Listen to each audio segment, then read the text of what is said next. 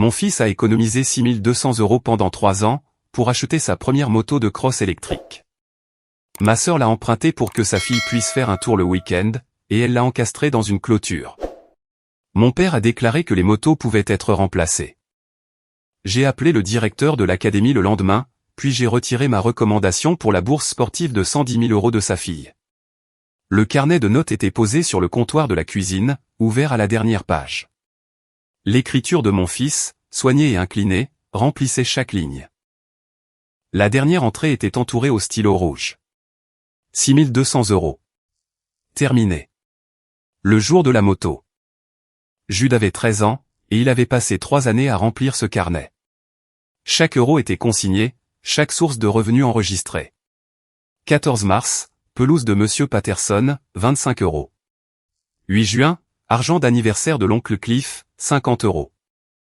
22 août, lavage de la fourgonnette de Madame Delgado et des 2 chaises de terrasse, 30 €. 3 novembre, vente d'anciens jeux Xbox à Boone, 45 €. 3 années à tondre, laver, transporter, ramasser des feuilles, promener le chien du voisin, ou encore vider un garde-meuble pour un professeur à la retraite de notre rue, qui l'a payé 40 € et lui a offert un sachet de bonbons Jolly Rancher. Chaque billet finissait dans un bocal en verre sur sa commode. Chaque euro était noté dans le cahier. 6 semaines avant le jour où tout a basculé, Jude et moi sommes allés chez le concessionnaire pour acheter le 2 roues, une Suron Light B, électrique et noir mat. Ce n'était ni un vélo à pédales, ni un jouet. C'était une moto tout-terrain électrique à couple élevé, capable d'atteindre les 50 km/h sur terrain plat, et pesant plus de 45 kg. Une mauvaise manipulation de l'accélérateur pouvait la projeter sur le côté. Le vendeur a expliqué à Jude la réactivité de la poignée des gaz, le freinage régénératif, ainsi que le coupe-circuit pendant 20 minutes, avant même de le laisser s'asseoir dessus. Il a obligé mon garçon à lui montrer comment utiliser le coupe-circuit à 3 reprises, avant d'accepter de lui remettre la clé. Le prix était de 2200 € de moins que le modèle qu'il voulait à l'origine, ce qui signifiait qu'il lui restait assez pour s'offrir un casque, des gants, et un plastron de protection. Il a payé en espèces. 6200 € en billets de 20, 10 et 5, comptés ce matin-là à même le bocal en verre. Le concessionnaire a recompté l'alias 2 fois. Jude a signé le reçu avec une signature qu'il s'exerçait à faire dans les marges de ses devoirs de mathématiques depuis 1 mois. Économiser n'avait pas été facile. Il y avait des périodes, surtout en hiver, où il n'y avait pas de pelouse à tondre ni de voiture à laver, et les entrées dans le carnet s'arrêtaient pendant des semaines. En janvier de la 2e année, Jude s'est assis à la table de la cuisine pour compter le bocal, et il y avait 2100 €. Il s'attendait à plus. Il est resté assis là un moment, puis il s'est levé et a imprimé un tract, proposant de déneiger les allées pour 15 €. Il les a scotchés sur les boîtes aux lettres de notre rue, et des 3 rues adjacentes. Ce mois-là, il a déblayé 14 allées et a gagné 210 €. L'entrée du carnet pour le 1er février disait, saison de déneigement, 210 € au total, 2310 €. Il avait dessiné un petit flocon de neige juste à côté. Il y a aussi eu des moments où l'argent a failli disparaître. Le 2e été, Boone a eu une nouvelle console de jeu, et Jude en voulait une terriblement. Il est venu me voir et m'a demandé s'il pouvait prendre 300 € dans le bocal. Je lui ai répondu que c'était son argent, et donc sa décision. Il s'est assis sur son lit pendant 45 minutes. Puis il est revenu et a dit, « Je vais attendre ». Il est sorti, et il est allé tondre la pelouse de Monsieur Patterson à la place. C'était cet été-là. Le carnet a commencé à devenir plus soigné, comme si l'écriture suivait le rythme du sérieux qu'il accordait à son projet. Il a conduit la moto une fois autour du parking du concessionnaire, avant que nous ne la chargions dans le pick-up. Lorsqu'il est remonté dans l'habitacle, ses mains tremblaient. Ce n'était pas de peur, mais de ce genre de joie qu'un garçon de 13 ans ne peut pas contenir dans son corps, sans qu'elle ne s'échappe par le bout de ses doigts. Il a scotché le reçu à l'intérieur de la couverture du carnet, puis a dessiné une case autour au stylo rouge. Ce même stylo qu'il a utilisé pour entourer le total final. Ensuite, il a fermé le cahier, l'a mis dans son sac à dos, et n'a pas cessé de sourire pendant 3 jours. Si vous êtes nouveau ici, bienvenue sur le coin Reddit. Si vous nous avez déjà écoutés, vous savez que certaines histoires commencent par un détail infime, et se terminent par quelque chose qui change tout. Celle-ci commence avec une moto, mais elle ne parle pas de la moto. Je suis rentré chez moi un vendredi après-midi, et je l'ai trouvée dans l'allée. Jude l'avait laissé chez mon père la veille. Il y était allé après l'école, et quand il s'est mis à pleuvoir, je lui ai dit que nous irions la chercher le vendredi. L'engin a passé une seule nuit dans le garage de Cliff. C'était tout ce qu'il a fallu. Le garde-boue avant était fendu en son milieu. Le guidon était plié à 45 degrés vers la gauche. Le repose-pied gauche avait été cisaillé. Le boîtier de la batterie présentait une bosse de la taille d'un pamplemousse, et le carénage du moteur était éraflé jusqu'au métal à nu. Un morceau de poteau de grillage était encore coincé dans les rayons de la roue avant. Il y avait un mot glissé sous la selle. L'écriture de René, au stylo violet, avec un visage souriant à la fin. Petite égratignure, un coup de polish et ça partira. Bisous. J'ai fait le tour du véhicule lentement. La fissure du garde-boue avant allait du boulon de fixation jusqu'au passage de roue. Le guidon plié à 45 degrés vers la gauche indiquait un impact latéral direct à pleine vitesse. Le repose-pied gauche cisaillé net signifiait que le boulon avait été arraché. La bosse sur le boîtier de la batterie était assez profonde pour compromettre l'unité scellée, ce qui impliquait de potentiels dégâts des eaux dans le système électrique. Quant aux rayons de la roue avant, ils étaient entremêlés avec un morceau de poteau en acier galvanisé, tordu et arraché de ce à quoi il était attaché. J'ai pris 4 photographies, l'avant, le côté gauche, le côté droit, et un gros plan de la bosse du boîtier de la batterie. Ensuite, j'ai regardé le mot à nouveau. Petite égratignure, un coup de polish et ça partira. Le concessionnaire a imprimé un devis de réparation écrit 2 jours plus tard. Il s'élevait à 2200 €, incluant le numéro de série, des photos des dégâts, et une note précisant que le boîtier de la batterie coûterait à lui seul 800 € à remplacer, car la bosse avait compromis l'étanchéité de cette unité scellée. J'ai appelé René. Elle a décroché à la 3e sonnerie. Oh, Marin, j'allais justement t'appeler. Sacha voulait juste l'essayer pour l'après-midi. Papa a dit que c'était d'accord. Elle a pris une petite bosse, et elle a basculé. Ce n'est pas aussi mineur que ça en a l'air, René. Le guidon est tordu. Le boîtier de la batterie est enfoncé. Il y a un poteau de clôture dans les rayons. C'est une moto électrique à couple élevé. Ce n'est pas une bicyclette. C'est une enfant. Les enfants abîment les vélos. Ça va s'arranger. Ce n'est pas ma moto. C'est celle de Jude. Il l'a payée lui-même. Eh bien, il apprendra à partager. Écoute, je dois emmener Sacha à l'entraînement. On en parlera ce week-end. Elle a raccroché. Je suis resté debout dans l'allée, à regarder la moto pour laquelle mon fils avait économisé depuis l'âge de 10 ans, et je n'ai pas bougé pendant une minute entière. Jude est rentré de chez Boone à 17h30. Il a vu la machine depuis le bout de l'allée, et il s'est arrêté de marcher. Il s'en est approché lentement, de la même manière que l'on s'avance vers quelque chose que l'on s'est déjà perdu, puis il s'est accroupi à côté, touchant le garde-boue fissuré avec 2 doigts. Il a passé sa main sur le guidon tordu. Il a regardé le repose-pied cisaillé, puis le boîtier de batterie cabossé, et enfin le poteau de clôture encore coincé dans les rayons. Il a fait tout cela en silence, de la manière dont une personne inventorie les dégâts, quand elle en connaît déjà le coût total. Que s'est-il passé? Tante Renée a laissé Sacha la conduire aujourd'hui. Il s'est levé. Il a regardé la carcasse une dernière fois. Puis il est rentré à l'intérieur, est allé dans sa chambre, et a fermé la porte. J'ai entendu le verrou tourner. Il n'est pas sorti pour le dîner. J'ai préparé son assiette, et je l'ai laissé sur le comptoir. À 21h, j'ai frappé, pour lui demander s'il voulait parler. Il a dit non. Sa voix était plate. Pas en colère, pas en pleurs, juste ce genre de calme qui ressemble à un garçon n'ayant plus les mots pour s'expliquer sa propre vie. J'ai appuyé ma paume à plat contre la porte, et je suis resté là, jusqu'à ce que j'entende sa respiration ralentir pour s'endormir. Le lendemain matin, avant que je ne parte pour la maison de mon père, Jude est sorti de sa chambre. Il est passé devant moi sans dire un mot, est allé dans l'allée, et s'est tenu à côté du 2 roues pendant 3 minutes. Boone est arrivé sur son propre vélo, qu'il a garé à côté de l'épave. Les 2 garçons sont restés là, à la regarder ensemble. Boone a posé sa main sur l'épaule de Jude. 2 garçons de 13 ans, contemplant 3 années de travail, pliés dans une forme qui ne ressemblait plus du tout à ce qu'elle était censée être. Cette image est restée gravée dans ma tête, pendant tout le trajet jusqu'à la maison de mon père. Je m'appelle Marin Arlot. J'ai 34 ans. Je suis préparatrice physique diplômée, et je possède Arlo Performance, un centre d'entraînement sportif pour les jeunes.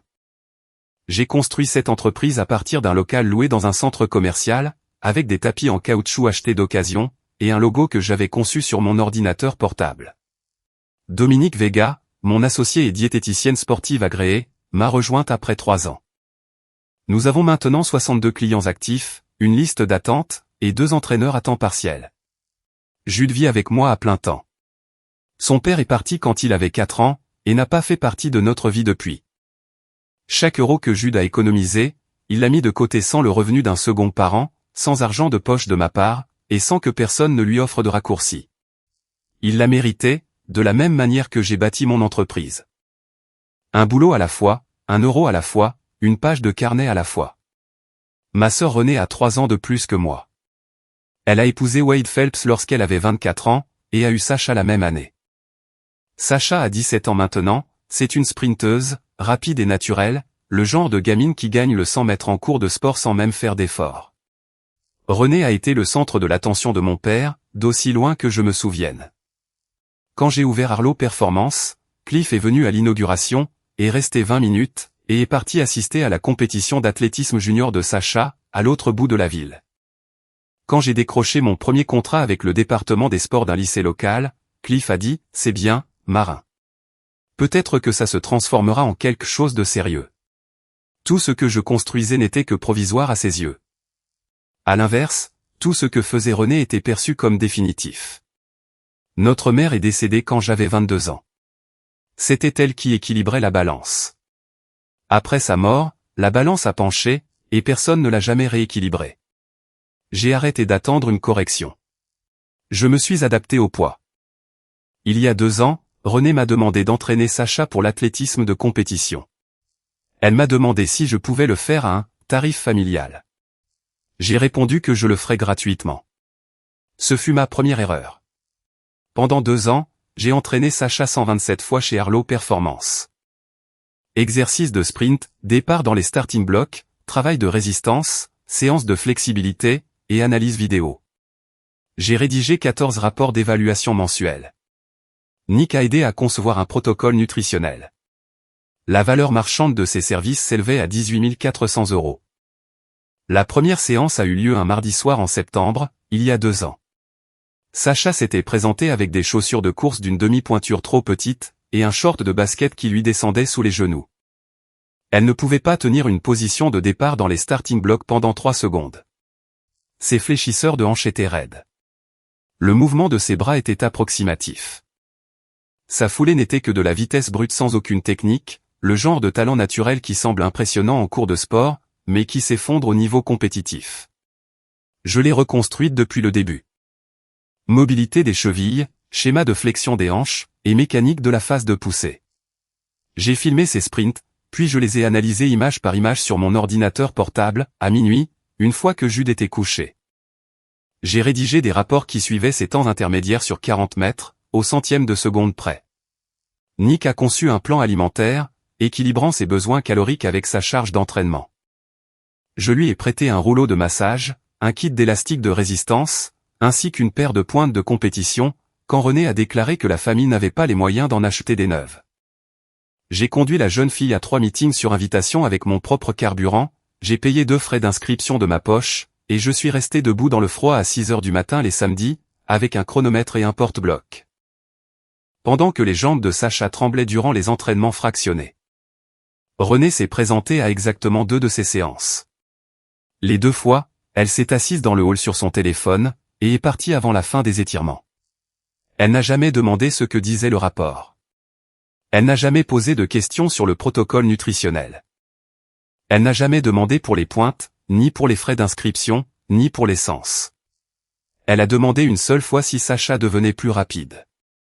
Et quand je lui ai montré la progression des temps intermédiaires sur mon ordinateur, elle l'a regardé pendant 4 secondes avant de dire « Super. Continue comme ça. » C'était là toute l'étendue de l'implication de Renée dans les 2 années d'entraînement de sa fille, mais elle publiait des messages à ce sujet, comme si elle avait été présente pour chaque répétition. Il y a 8 mois, le directeur de la Ridgerest Athletic Academy, Graham Tatt, m'a appelé. Graham et moi avions travaillé ensemble des années auparavant, lorsqu'il entraînait dans une université communautaire. Il a confiance en mes évaluations. Il m'a demandé si j'avais des athlètes valant la peine d'être examinés pour leur programme de bourse de sprint, 110 000 € sur 4 ans, couvrant les frais de scolarité, le logement, le coaching, et les déplacements pour les compétitions. Ridgerest exigeait que chaque athlète présélectionné ait un sponsor professionnel, capable de vérifier l'historique d'entraînement, le profil de risque de blessure, et le plan de développement à long terme. La signature du sponsor n'était pas une simple formalité. C'était un élément obligatoire du dossier de bourse. Sans elle, la candidature ne pouvait pas être examinée. J'ai recommandé Sacha. J'ai rédigé le résumé d'évaluation. J'ai soumis les journaux d'entraînement. J'ai joint les 14 rapports. J'ai inclus des clips vidéo de ses départs en starting block, ainsi que ses 2 meilleures arrivées lors des meetings où je l'avais conduite. Graham a tout examiné, a fait venir Sacha pour une séance d'essai, et l'a placé sur la liste des finalistes. Il me l'a dit directement, ta recommandation est la raison pour laquelle elle est là. Sans ton nom sur ce dossier, je n'aurais pas regardé à 2 fois une sprinteuse d'école publique avec ses temps. Il était sincère. Sacha était rapide, mais elle n'était pas dans l'élite. Ce qui l'a rendue digne de la présélection, c'est le plan de développement professionnel que j'avais élaboré autour d'elle. Graham ne misait pas sur la vitesse actuelle de Sacha. Il misait sur mon expertise professionnelle. Mon nom était la caution. René a découvert que Sacha faisait partie des finalistes, et a commencé à le raconter à tout le monde. Elle a posté sur les réseaux sociaux une photo de sa fille franchissant la ligne d'arrivée d'un meeting où je l'avais conduite, et dont j'avais payé les frais d'inscription. La légende disait, tellement fier de mon bébé. Bourse complète en approche. Le travail acharné paie. Elle a identifié l'académie. Elle a identifié l'école de Sacha. Elle ne m'a pas identifié. Elle n'a fait aucune mention de Harlow Performance. René avait traité cette présélection comme s'il s'agissait d'une lettre d'admission définitive. Les commentaires étaient remplis de félicitations. René répondait à tout le monde, merci. Nous avons travaillé si dur pour ça. Nous. Comme si elle avait couru un seul sprint. Comme si elle avait rédigé une seule évaluation. Quand j'ai vu ces publications, j'ai senti quelque chose se briser au fond de moi. Je n'ai rien dit. Je me suis convaincu que le travail parlait de lui-même. Ce fut ma deuxième erreur. Si vous êtes toujours avec moi, appuyez sur le bouton d'abonnement pour le coin Reddit. Je vous promets que l'appel téléphonique à Graham Tate arrive. Samedi matin, dans le salon de mon père. Cliff Harlow était assis dans son fauteuil inclinable, la télévision allumée derrière lui à faible volume. Il y avait une photo encadrée de Sacha franchissant une ligne d'arrivée sur la cheminée. Il n'y avait aucune photo de Jude. Il n'y en avait jamais eu dans cette pièce. René se tenait près de l'encadrement de la porte de la cuisine, les bras déjà croisés, ce qui m'indiquait qu'elle avait été briefée. Cliff l'avait appelé. Il s'était coordonné. C'était une ligne de défense préparée. Je suis entré en portant le garde-boue fissuré, et je l'ai posé sur la table basse. Ça vient de la moto de Jude. René l'a donné à Sacha hier, sans me demander, ni à moi ni à Jude. Sacha l'a encastré dans une clôture. L'estimation écrite du concessionnaire s'élève à 2200 €. J'aimerais savoir comment René compte payer pour ça. René a resserré les bras. C'est une moto, marin. Sacha l'a empruntée pour une après-midi. Elle est tombée. C'est ce qui arrive quand les enfants font du vélo. Elle a percuté une clôture grillagée avec assez de force pour arracher un repose-pied, et cabosser le boîtier étanche de la batterie. C'est une moto électrique à couple élevé, pas un vélo à pédales. Cliff a bougé dans son fauteuil. Les motos peuvent être remplacées. Les bourses, non. Marin, tu as toujours fait toute une montagne de petites choses. Laisse tomber. Jude a économisé 6200 € pendant 3 ans. Il a 13 ans. Cette moto n'est pas une petite chose. René s'est avancé. Son menton était levé, et elle adoptait la posture d'une femme à qui l'on a dit qu'elle avait raison tellement de fois, qu'elle ne cherche même plus à s'en assurer. Ton fils a passé 3 ans à économiser pour un jouet.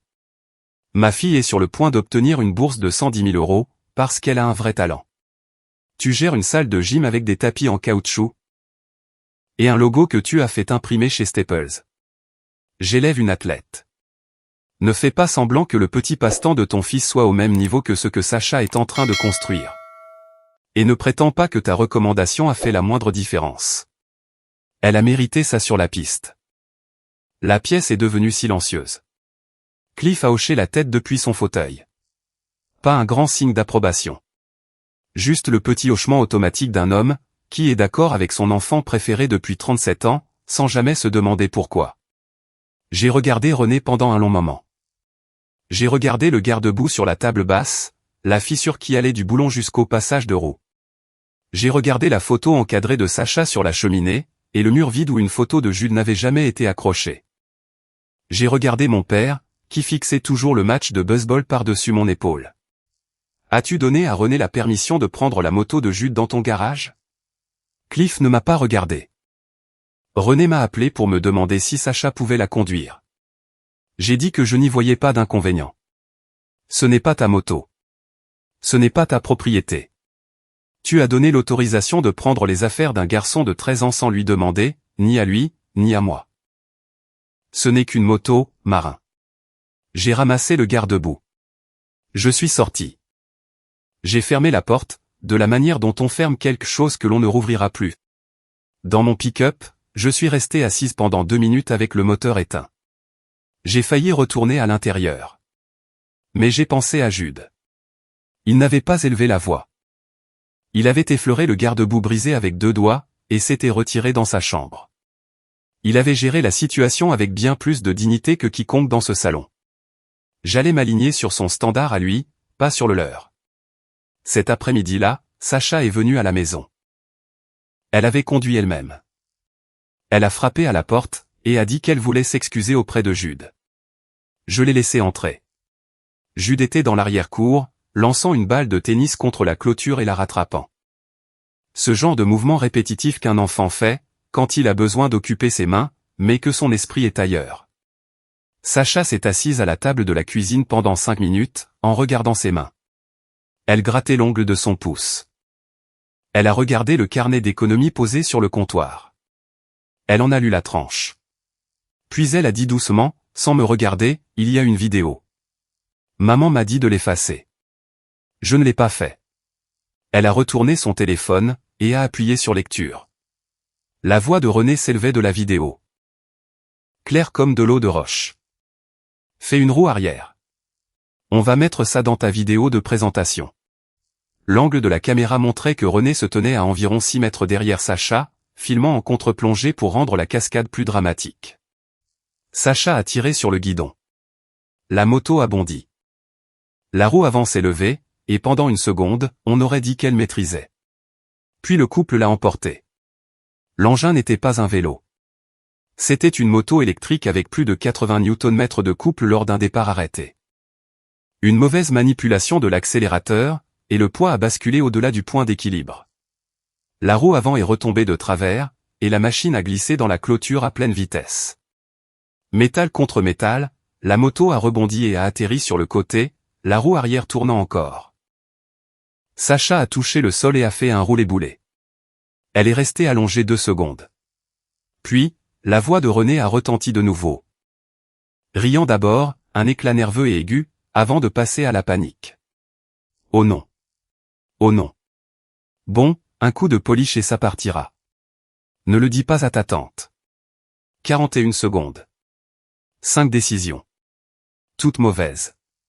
Sacha était assise à ma table de cuisine, les yeux fixés sur le sol. Elle avait 17 ans, et elle avait l'air d'en avoir 7. Le courage qu'il lui avait fallu pour conserver cette vidéo, pour ne pas l'effacer quand sa mère le lui avait ordonné, était la chose la plus honnête que quiconque dans sa famille avait faite dans toute cette situation. Ta mère t'a-t-elle dit de conduire la moto? Elle a dit que ça ferait bien sur mon profil de recrutement. Elle a dit, le contenu de sport d'action génère plus de vues que les vidéos d'athlétisme. T'a-t-elle dit de faire une roue arrière? Sacha a hoché la tête une fois. Je n'ai pas haussé le ton. Sacha, je ne suis pas en colère parce que tu es tombé. Je suis en colère parce que des adultes ont utilisé la moto de mon fils, mon travail, et ton avenir comme des accessoires. Va parler à Jude. Excuse-toi auprès de lui, pas auprès de moi. Elle est allée dans l'arrière-cour. J'ai regardé par la fenêtre.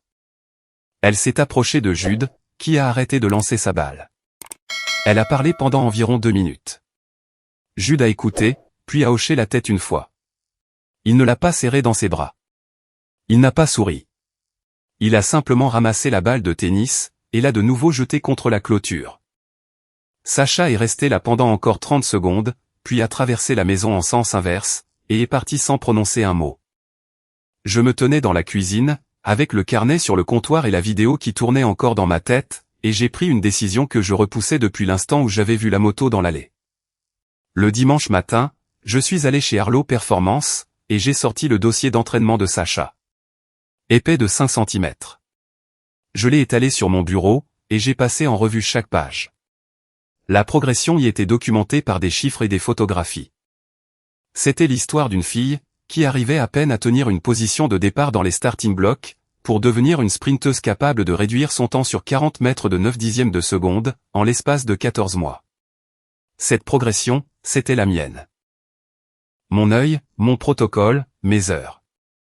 Valeur marchande au tarif en vigueur, 18 400 €. Je n'avais pas facturé le moindre centime. Je n'avais même jamais mentionné le montant à Renée, parce que je ne voulais pas qu'elle ait l'impression que cet entraînement avait un coût. Je voulais qu'elle sache que c'était fait par amour. Mais l'amour ne signifie pas laisser quelqu'un prétendre qu'il s'agissait de culpabilité. Et Renée avait raconté à d'autres parents de l'école de Sacha, que je l'entraînais pour rendre service, parce que je me sentais coupable des drames familiaux.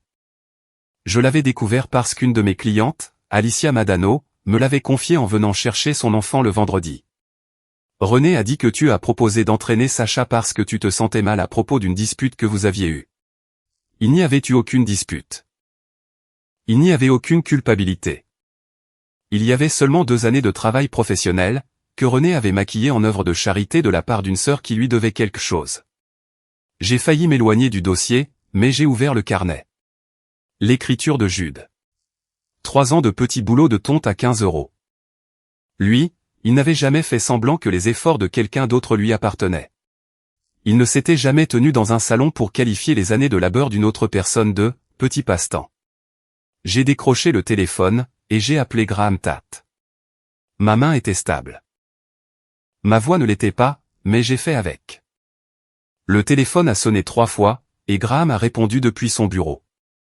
J'entendais le bourdonnement du centre d'entraînement de Ridgerest à travers la ligne. Le bruit sourd et lointain d'un medicine ball. Le crissement des baskets sur le sol d'un gymnase. Le son d'un univers dont Sacha n'était séparé que par 6 pages de paperasse. Graham, c'est Marin Arlo. Je retire la composante de soutien familial de ma recommandation pour Sacha Phelps. Son évaluation physique reste exacte, mais je ne peux plus certifier que son entourage est honnête, sécurisant, ou aligné professionnellement avec le développement d'un athlète. Silence pendant 4 secondes. Marin, es-tu sûr? Ton approbation en tant que sponsor est un élément obligatoire du dossier. Sans elle, elle ne peut pas rester dans la sélection pour la bourse. J'en suis sûr. Sacha pourra toujours postuler en candidature libre la saison prochaine, mais je ne laisserai pas mon nom porter un dossier qui repose sur une représentation malhonnête de son historique d'entraînement. Graham a expiré lentement. Je comprends. Je vais noter le retrait, et la transférer vers la filière des candidats généraux. La bourse de développement n'est plus d'actualité sans sponsor. Je suis désolé pour Sacha. Elle a un vrai talent. C'est vrai. Mais là n'est pas la question. Y a-t-il quelque chose que tu veux que je dise à la famille? Ils l'apprendront de ma bouche. J'ai raccroché. La décision était prise. Ça ne faisait pas du bien. C'était nécessaire, ce qui est différent, et bien plus lourd à porter. Le carnet d'économie était sur mon bureau. Je l'ai ouvert à la dernière page. 6 200 €. Terminé. Le jour de la moto. Le cercle rouge ressemblait désormais à une cible. Je l'ai refermé et l'ai rangé dans mon sac. Puis, j'ai ouvert mon ordinateur portable, et j'ai rédigé une déclaration. Je l'ai intitulée « Déclaration de valeur et demande de dédommagement ». Chaque séance consignée, chaque rapport signé. 127 séances à 145 €. Total, 18 415 €. Modalité, demande de remboursement sous 30 jours, ou réponse écrite par l'intermédiaire d'un avocat. J'en ai imprimé 2 copies, signé les 2, et envoyé l'une à René et l'autre à son mari, Wade Phelps, à leur adresse personnelle. Les timbres ont coûté 1,30 € chacun. Ce fut la partie la moins chère de ces 2 dernières années. Nick était dans la salle d'entraînement quand je suis sorti du bureau. Elle avait observé à travers la cloison vitrée pendant la dernière heure.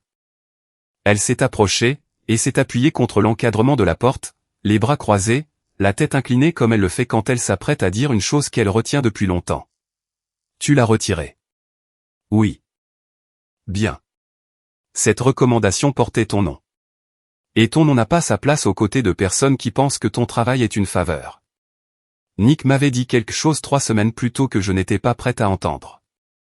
Nous fermions après une séance tardive, et elle avait dit, « Marin, tu as offert 2 ans de travail gratuit à cette famille, et ils n'ont jamais dit merci une seule fois en public. Ils te remercient dans ta cuisine. » Là où personne ne peut l'entendre. Ce n'est pas de la gratitude. C'est de la gestion.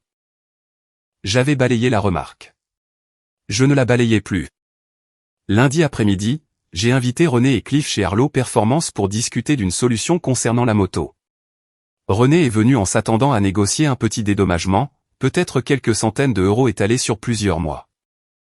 Elle est entrée dans la salle, et a regardé les installations qu'elle n'avait jamais déboursé un centime pour utiliser. Les tapis de sol en caoutchouc qu'elle avait dédaignés. Le logo sur le mur dont elle s'était moquée.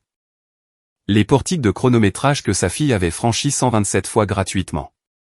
Le tableau blanc sur le mur du fond affichait encore la dernière séance d'entraînement de Sacha, écrite de ma main.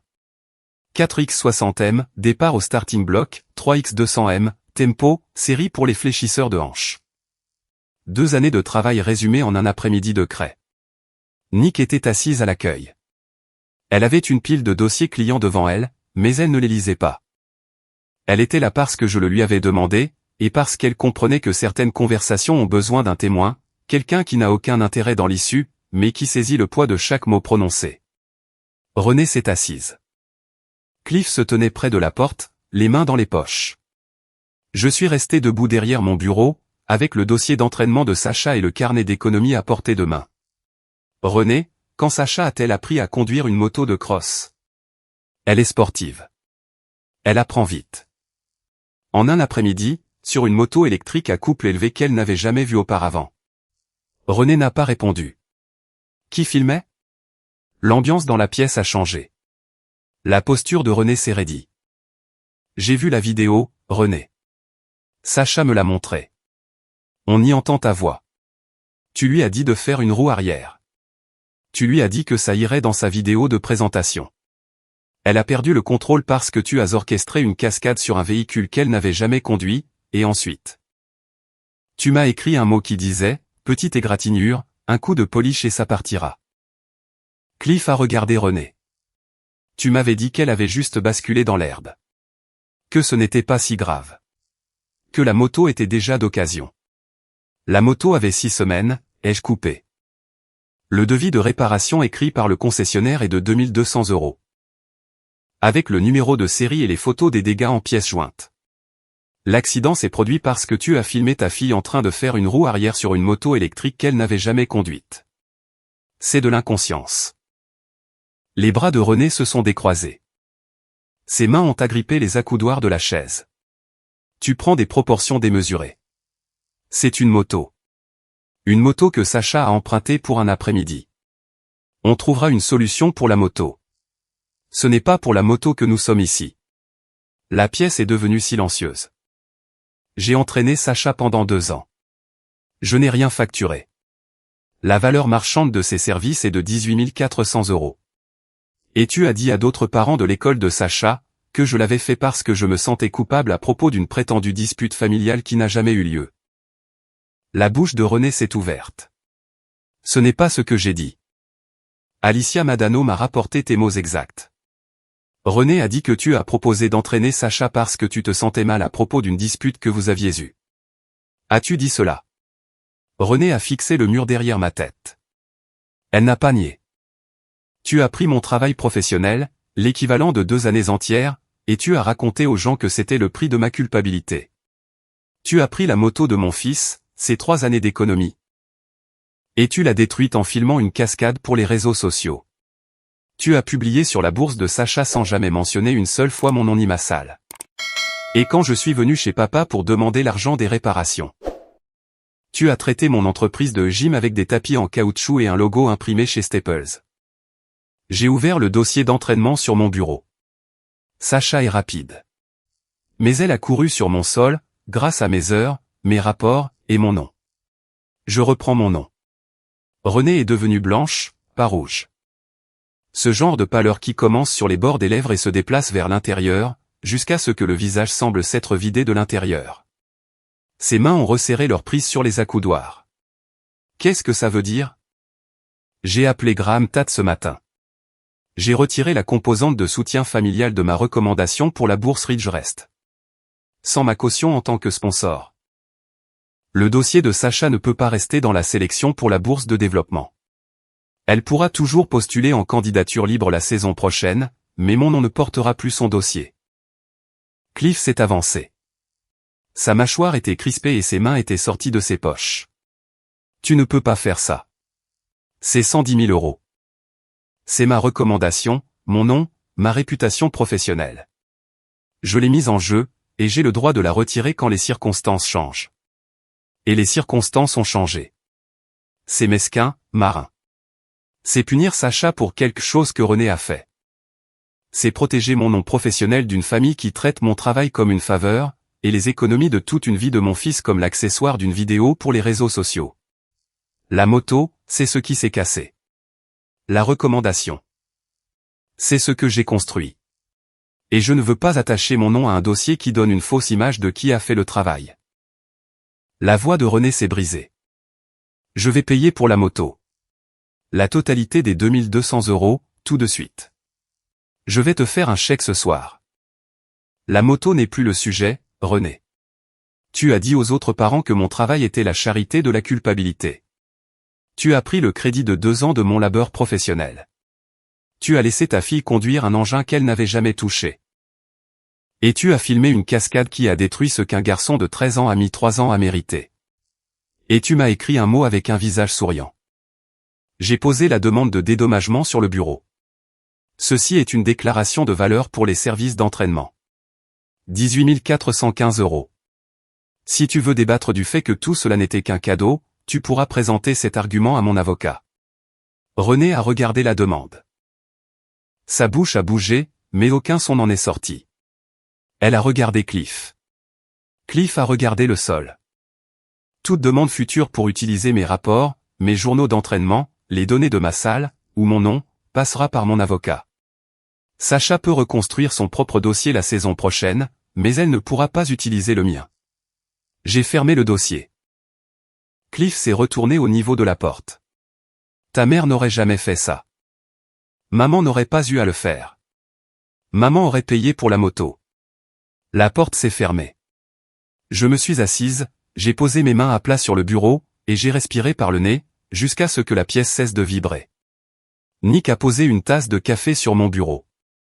Ça va? Non. Le fait que tu répondes non prouve que tu as fini de faire semblant. Les retombées sont arrivées comme c'est toujours le cas, lorsque la structure était maintenue par le silence d'une seule personne, et que cette personne décide de ne plus se taire. Ridgerest a retiré Sacha du programme des athlètes sponsorisés la semaine suivante. Elle pourrait toujours postuler en candidature libre l'année d'après, mais la bourse de développement de 110 000 € s'était envolée. Graham me l'a confirmé lors d'un bref appel. Il m'a dit qu'il était désolé pour Sacha, et qu'elle avait un vrai talent. Mais sans sponsor professionnel, le dossier était incomplet, et il ne pouvait pas faire d'exception à un processus que tous les autres candidats respectaient. Renée avait déjà dépensé 3 400 € en préparation pour une bourse qui n'existait plus. Des vêtements de sport aux couleurs de l'académie sur la boutique en ligne de Ridgerest, 460 €. Un vol aller-retour et un hôtel pour une visite de campus qui n'aurait jamais lieu, 780 €. Un dépôt de garantie pour un appartement près du campus pour le premier semestre, 2160 €, non remboursable, signé 3 semaines avant l'incident de la moto. Renée avait traité la présélection comme une lettre d'admission, et ses dépenses reflétaient le fossé entre sa confiance excessive et la certitude. Cet argent était perdu. Ni gelé, ni contesté. Simplement dépensé pour une version de l'avenir qui n'existait plus. La demande de dédommagement est arrivée chez eux un mercredi. Wade l'a ouverte le soir même. Il m'a appelé le lendemain matin. Marin, c'est sérieux? 18 000 euros. Chaque séance est notée. Chaque rapport est signé. Le document reflète le prix du marché pour l'entraînement sportif privé pour les jeunes. Wade est resté silencieux pendant 10 secondes. Elle m'a dit que tu l'avais proposé. Elle m'a dit que c'était parce que c'était la famille. J'ai effectivement proposé. Et ensuite, ta femme a dit aux autres parents que je l'avais fait par culpabilité, pour un incident qui n'a jamais eu lieu. J'en ai fini de faire des propositions. Wade n'a pas argumenté. Il a simplement dit, je dois parler à René, et il a raccroché. Je n'ai pas demandé de détails sur leur mariage. Leur mariage ne faisait pas partie de mes dossiers. Alicia Madano et une autre mère nommée Petra m'ont appelé cette même semaine. Les deux avaient entendu la version du « cadeau par culpabilité » de René. Les deux connaissaient désormais la vérité. La nouvelle s'est propagée à travers le réseau des parents d'athlètes, comme l'eau s'infiltre dans une fissure. Lentement d'abord, puis en imprégnant tout. René faisait partie du comité d'organisation pour la collecte de fonds des sports de printemps. La coprésidente l'a appelé pour lui dire que le comité avait décidé de restructurer les rôles. L'appel a duré 90 secondes. René n'a pas été renvoyée publiquement. Elle n'a simplement pas été réinvitée. La différence est plus infime qu'elle n'y paraît, mais son poids est bien plus lourd. Alicia m'a raconté plus tard que, lors du banquet de remise des prix sportifs de l'école, un parent à la table de René l'avait interrogé sur Ridgerest. René a répondu que c'était encore en cours de traitement. Personne à la table ne l'a cru. Le dénouement de cette histoire ne s'est pas fait par une décision de justice. Ce fut plutôt une communauté, réalisant peu à peu de quel travail René s'était paré comme si c'était le sien, et ajustant discrètement ce qu'elle était désormais prête à accepter de sa part. J'ai failli appeler ma sœur pendant ces semaines.